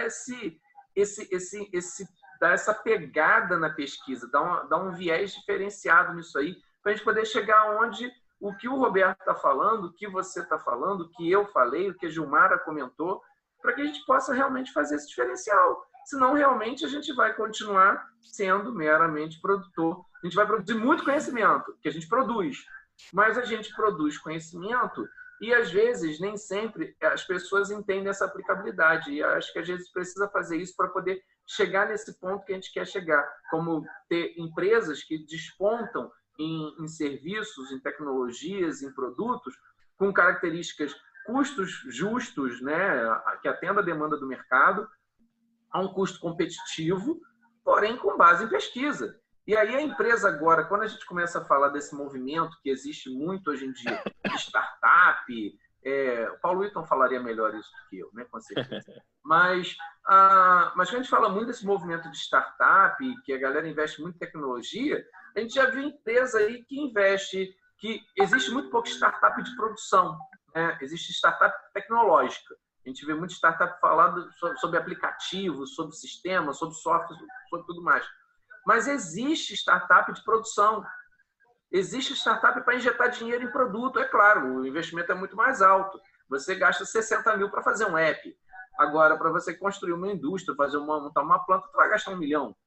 Né? Os caras têm que ter certeza, é investimento de risco, ele sabe que é investimento de risco. Para isso, ele está exigindo um retorno muito maior, óbvio, também. Mas se o produto é bom, se o produto é bom, vale a pena. Basta a gente olhar, e a gente tem muita gente com potencial. Né? Isso que é muito legal. Tem muita pesquisa boa acontecendo, muita coisa de produto legal. Só você olhar Shark Tank, né? Você olha Shark Tank, você já vê um monte de coisa legal. Tem coisa que não, tem coisa que você sabe, tipo assim, coisa horrível, não quero que eu olhe, não. Mas tem produto que é um diferencial e tanto. E o cara traz aquilo ali. Tudo que a gente fala em plano de negócios e outras disciplinas aqui que a gente percorre, né? Os caras lá no Shark Tank, eles cansam de falar. O que você quer? Qual é a rentabilidade? Qual é a lucratividade disso? Qual é o retorno que você me dá sobre esse produto? Né? Sobre o meu capital que eu vou investir? Né? O que eu espero sobre isso? E às vezes são falas tão simples que a gente vê todo no cotidiano e que a gente precisa fomentar melhor isso na nossa cabeça para a gente poder entender esse cenário aí que está rolando, essa coisa toda que a gente vivencia. Então, acho que é muito bacana a gente provocar, dar essa pegada nesse momento, dar essa pegada da pesquisa voltada para a ideia da inovação. Verdade. É interessante mesmo. É interessante mesmo. Pegando só esse gancho final que você falou aí, é muito importante a gente lembrar da Coreia, né? Que ela resolveu mudar a sua realidade, indo lá nas séries iniciais e investindo nas séries iniciais pensando no futuro. Então, a doença que a gente tem no Brasil é que ainda não está se pensando verdadeiramente, demagogicamente, tem muita coisa aí acontecendo, mas não está se pensando verdadeiramente uma estrutura de educação que dê capacidade do nosso aluno chegar aqui na frente com base legal para poder enfrentar as novas tecnologias dos mundos desenvolvidos, do mercado desenvolvido. Então, existe um gap aí que a gente não é o tema da nossa história aqui, mas existe um gap muito grande, né, entre a nossa capacidade de geração de conhecimento com essa capacidade tecnológica que está existindo no mundo hoje. Então, a gente ainda não está... É aquela história, eles estão com o celular e nós estamos com o radinho na mão. É mais ou menos assim, a gente está na frequência, só que a frequência tem velocidades distintas. Então, quando você traz essas questões do mundo aí, como é que ele está envolvido, né, Roberto? Você está trazendo para nós exatamente uma questão fundamental. A economia que bate na porta do americano, ela bate na porta do brasileiro. Sim. O mesmo valor econômico que o americano paga, eu pago aqui, não é em dólar, é em real, mas economicamente tem o mesmo significado, porque é o valor econômico do meu salário, o valor econômico do salário do americano. Nós estamos num mundo globalizado. Globalizado, né? Exatamente. Então, o espirrou lá na China caiu aqui. Caiu aqui, exatamente. Nos Estados Unidos, na Europa, nós também. Por isso que a pandemia foi tão arrasadora, né? Devastadora. Da globalização, entendeu? E exatamente. Está dando muito, né? Porque já que é uma doença. Então, nós podemos pensar aqui, nós temos que pensar no mundo. Isso então, as empresas têm que estar preparadas para o mundo. Porque a concorrência é mundial, não é mais local, não é mais regional, não é mais ali no nosso mundo em Vassouras, não é mais aqui em Angra, não é mais no Rio. Ela é o mundo. Então, o mundo, você consegue comprar produtos. Aqui, você entra aqui na internet, você compra um produto chinês que chega daqui a 30 dias para você. Você paga o imposto, ele é 1/3 do preço de um semelhante aqui, um similar, desculpa, aqui no Brasil. Isso aí. Então, nós estamos num mundo globalizado. Então, as empresas pensam globalmente. O microempreendedor tem que pensar globalmente. Ele não pode mais ficar no mundinho dele. A microempresa não pode mais ficar no mundinho. A média empresa não pode. Porque a concorrência está do seu lado. Está num clique, está apertar aqui o Enter, você está comprando. O dito aí, você está falando aí, dito isso que você está falando, é exatamente a questão do delivery, por exemplo, é um sinal clássico disso. Né? Que você tinha restaurantes que fecharam as portas e começaram a atender pelo delivery. Eu tenho que sobreviver. Né? E aí é o que você está falando, a tecnologia está obrigando a todo mundo a se parear. Não tem jeito, tem que correr atrás. Não é isso? Com delivery, você liga para o cara te entrega, o cara está a 10 quilômetros de você, te entrega, mas tem um restaurante do seu lado e você não compra nele, mas está comprando um cara de 10 quilômetros. Então, Exatamente. é tecnologia, é o mundo, é assim que acontece. Velocidade. É isso, aí nós temos que estar preparados para isso. Senão, nós, ou seja, as empresas vão acabar. As empresas que não se prepararem vão, como quebraram agora na pandemia. Quantas e quantas empresas fecharam e não vão reabrir mais? Quantos empregos formais e informais nós perdemos? Principalmente os informais, que estavam menos protegidos. E não vão retomar. Ele tem que buscar outra coisa, tem que se reinventar. Isso. Entendeu? Bom, Genesi, conduz aí, por favor. Pessoal, chegamos, então, ao momento dos questionamentos. A gente nós 4 aqui fizemos uma mesa redonda aqui, começamos a dar pancada para todo lado, mas foi legal. Isso é importante para vocês que estão ouvindo, eu acredito que seja rico, porque são opiniões diversas, cada um com uma realidade de mercado, com uma visão de mercado. Então, é muito bacana. Todos os professores, mas com as suas expertises específicas, né? Se alguém tiver alguma pergunta, fazer alguma colocação, por favor, levanta a mãozinha, que é o esquema, e a gente abre o microfone.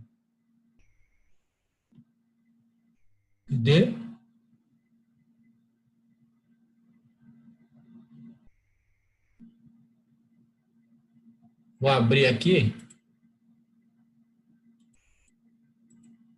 Os microfones estão abertos. Quem quiser, é só abrir o seu.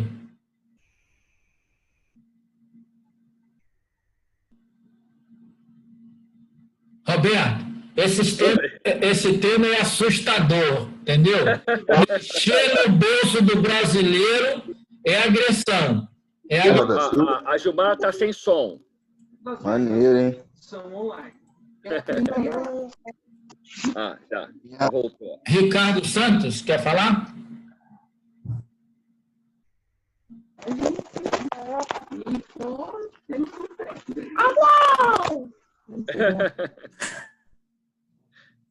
Bom, eu vou aproveitar, já que ninguém ainda fez uma pergunta.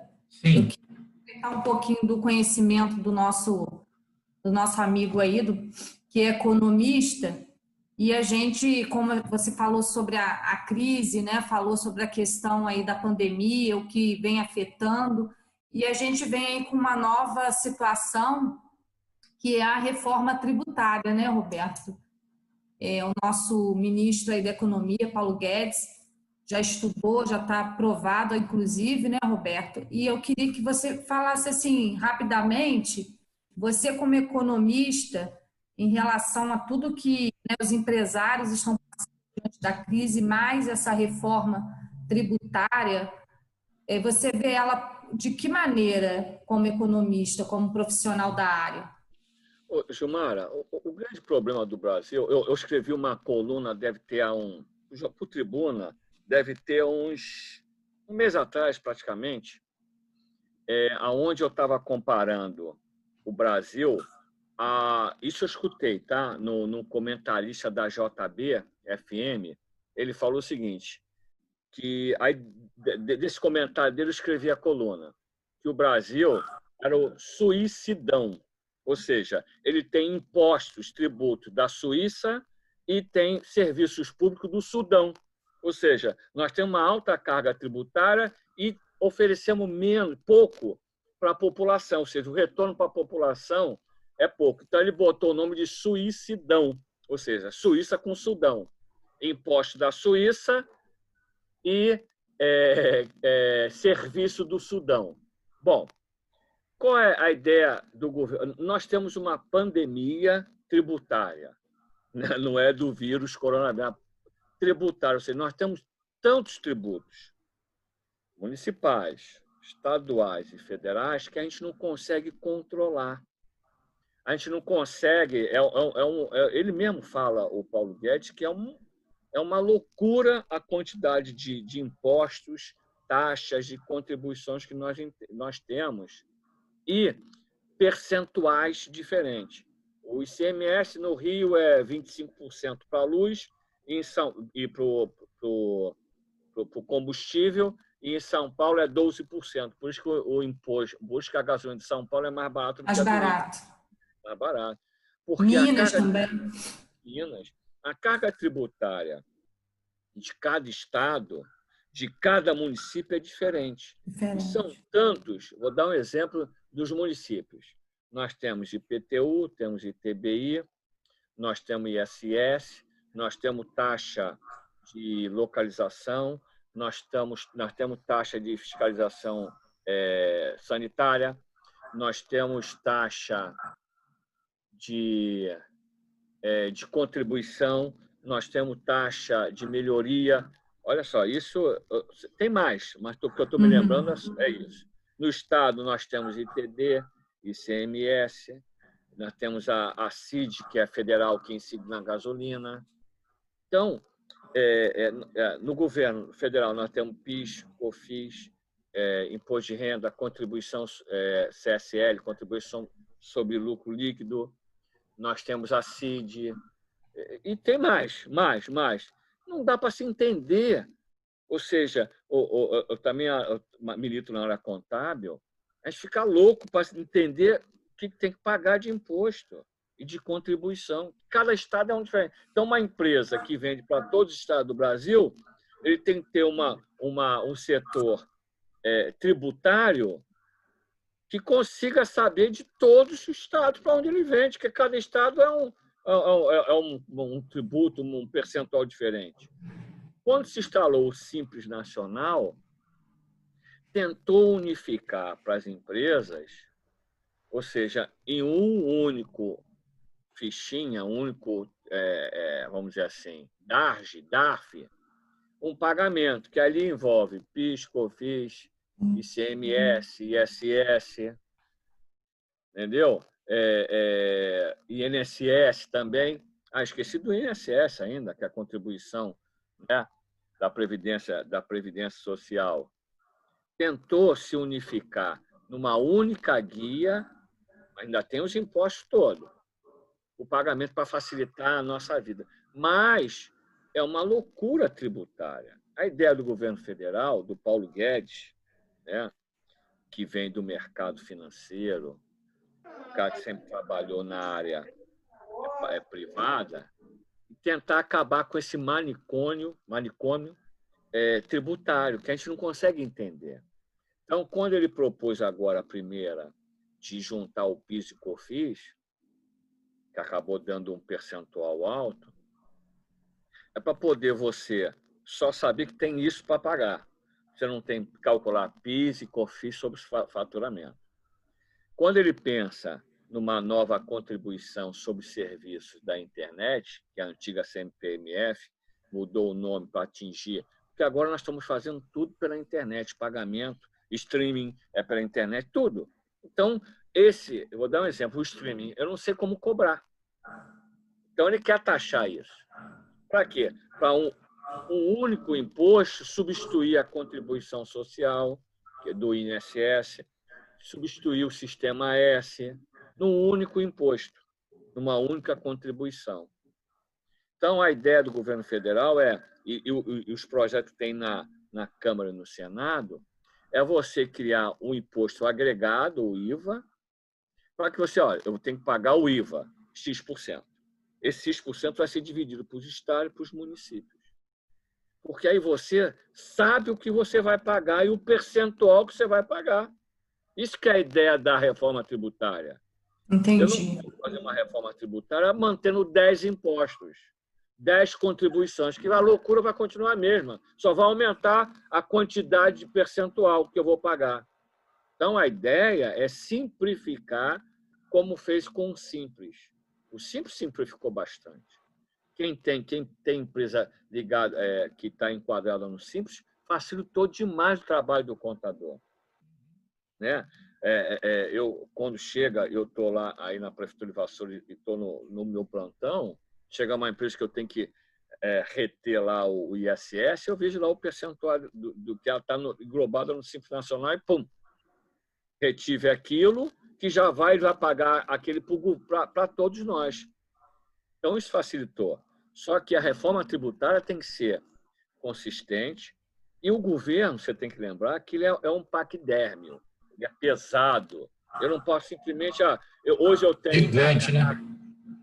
Tributária total 34%, agora eu vou cobrar 15% total. Vou quebrar o paquidérmio, vou morrer de fome. Como é que eu vou pagar o salário dos servidores? Como é que eu vou investir na educação? Como é que eu vou investir na saúde? Não tem como fazer esse paquidérmio andar sem dinheiro. Então, ele tem que ir substituindo. E para substituir, é de 10 anos para frente. Ou seja, você começa a implantar e vai substituindo. Você botou um, que vai ser o geral, com pequenininho, com um percentual pequeno, e vai aumentando esse e vai acabando com o grande que tem aqui. Aí você vai substituindo até que o paquidérmio, que é o governo, né? Eu falo nas 3 esferas, tá? Federal, estadual e municipal, que é um paquidérmio pesado, que precisa toda hora estar comendo para manter. Então, eu tenho que reduzir o estômago fazer uma cirurgia bariátrica no paquidérmio, para que ele possa comer menos, para que eu possa reduzir a carga tributária e transformar num só. Eu não acredito que nós vamos ter um imposto único. Isso nunca vai ter. É isso que eu ia te falar, Roberto. Nós temos que reduzir a quantidade de impostos e contribuições para que nós possamos pagar decentemente, sabermos o que nós estamos pagando, que hoje a gente não sabe o que paga. É uma loucura de impostos e contribuições. Então, Gilmara, nós temos que primeiro reduzir o paquidérmio, fazer a cirurgia bariátrica nele para ele começar a comer menos. Quando ele começa a comer menos, você começa a comprar menos alimento. Consequentemente, você diminui o seu custo de alimento. Quando você faz isso, você consegue reduzir a sua necessidade de impostos. Aí eu acho que nós vamos chegar a isso. Mas isso é de 10 anos para frente. Ou seja, a substituição é gradativa. Senão o paquidérmio vai morrer de vez. E nós não podemos deixar o Estado morrer de vez. É isso. Então, a reforma tributária, para você, na sua visão, ela é positiva, é necessária, né? Demais. Necessária. Você é empresária, você tem sua consultoria, você sabe. Você paga lá o Simples Nacional. Pô, ali tem ISS, ali tem o PIS, COFINS, ali tem o imposto de renda, a contribuição, ali tem o INSS. Pô, é uma loucura. Está tudo num só. Então, tem que ter reforma tributária urgente, como tem que ter a reforma administrativa que, infelizmente, o governo deixou de lado. Porque a reforma administrativa ia reduzir a fome do paquidérmio, que é o serviço público. É chato, né? O Simples Nacional ele pode desaparecer com essa reforma também, né? Deixar de existir, né? Pode. Com a reforma tributária gradativa e correta, ele vai deixar de existir gradativamente. Porque você tem 3, 4 impostos que você vai pagar e pronto, acabou. Você tem que saber o que você vai pagar e quanto você vai pagar de imposto em qualquer lugar do Brasil. Qualquer lugar do Brasil. Hoje a gente não sabe. Eu posso falar, aqui é 25%, lá é 12%, aqui o ISS é 5% de um exemplo, construção civil. Em Vassouras nós trabalhamos com 5%. Já no Rio é 3%. Em Angra é 4%. Então o empresário não sabe, em cada município, é 5, 4, 3, 2. Qual é o imposto? Cada município tem um, cada estado tem um. Nós temos que acabar com isso. Tem que ser um único que atenda à necessidade do paquidérmio. Tem que reduzir o paquidérmio, reduzir a máquina pública para que a gente possa reduzir a carga tributária. Isso é o que eu entendo. Ótimo, Roberto. Muito obrigada pela sua colocação aí.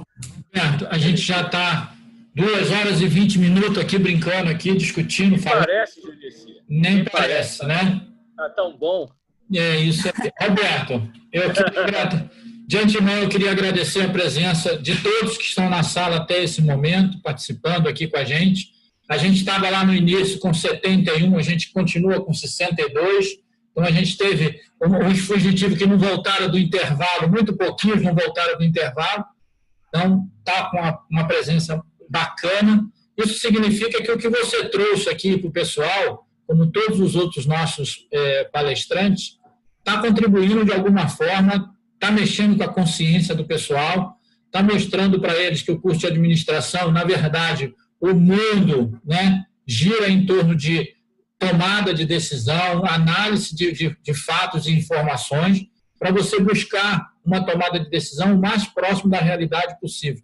E na área da economia não é diferente, e cá entre nós, eu acho que posso dizer que é uma das mais importantes a gente ficar muito ligado, porque se eu quero construir uma empresa, uma das coisas que eu vou ter que ficar muito atento são as questões legais, inclusive nessas questões de imposto. O que eu vou ter que pagar para construir, o que eu vou ter que pagar para manter e tudo mais. Então, muito bacana isso. Agradecer, então, a todos os alunos, aos participantes que estão aqui com a gente, aos visitantes que nos deram a grata presença até esse momento. Agradecer muitíssimo ao professor Roberto Peixoto, né, o curso de administração te agradece imensamente, a universidade.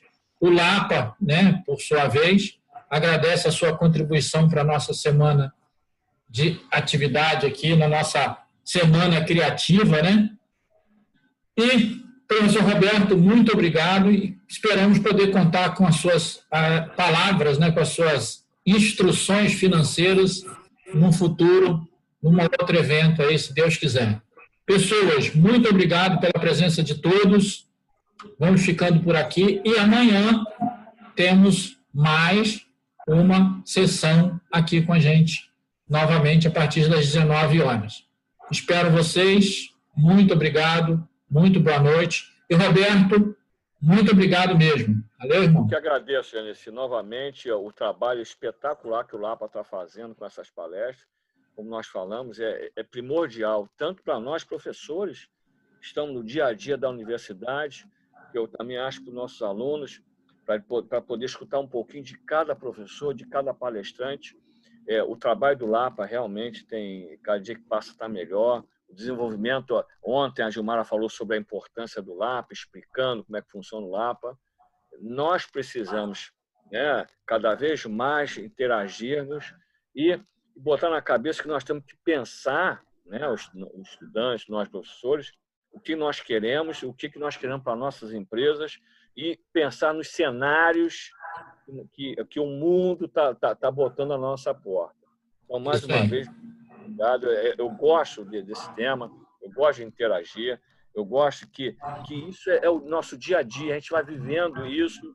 Eu estava vendo ainda agora também uma costureira que já faz vestido, vendia lá, que as pessoas de agora não estão indo, ela está botando na internet. É isso que a gente precisa, inovação, a gente precisa empreender. E esse é o momento nosso.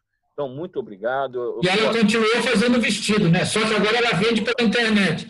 É verdade. Achou uma nova janela para chegar até o cliente. Não é isso? Olha só. Verdade. Todo dia nós estamos aprendendo com essas palestras. Verdade. Né? Com o que estão falando. Muito obrigado mais uma vez. Obrigado pela presença de todos. Eu estou sempre à disposição no dia a dia para sempre atender e participar das nossas palestras aí nesses dias todos que eu tenho participado. Muito obrigado pelo convite, Nenci. Obrigado, Gilmar. A gente que agradece. Nós é que agradecemos. Obrigada, Roberto. Foi um prazer. Obrigado. Muito obrigado. Obrigado, pessoal. Valeu, pessoal. Valeu mesmo. Amanhã a gente espera vocês no mesmo bate-canal. Muito obrigado, muito obrigado. Obrigado, meu amigo Genesi. Obrigado, Marcos. Tamo obrigado, junto. Gilmar e os outros professores. Obrigado mesmo. Um abraço e um beijo para os alunos aí, queridos. Doido para encontrá-los novamente. Um abraço. Muito breve, muito breve. Se Deus quiser. Com certeza.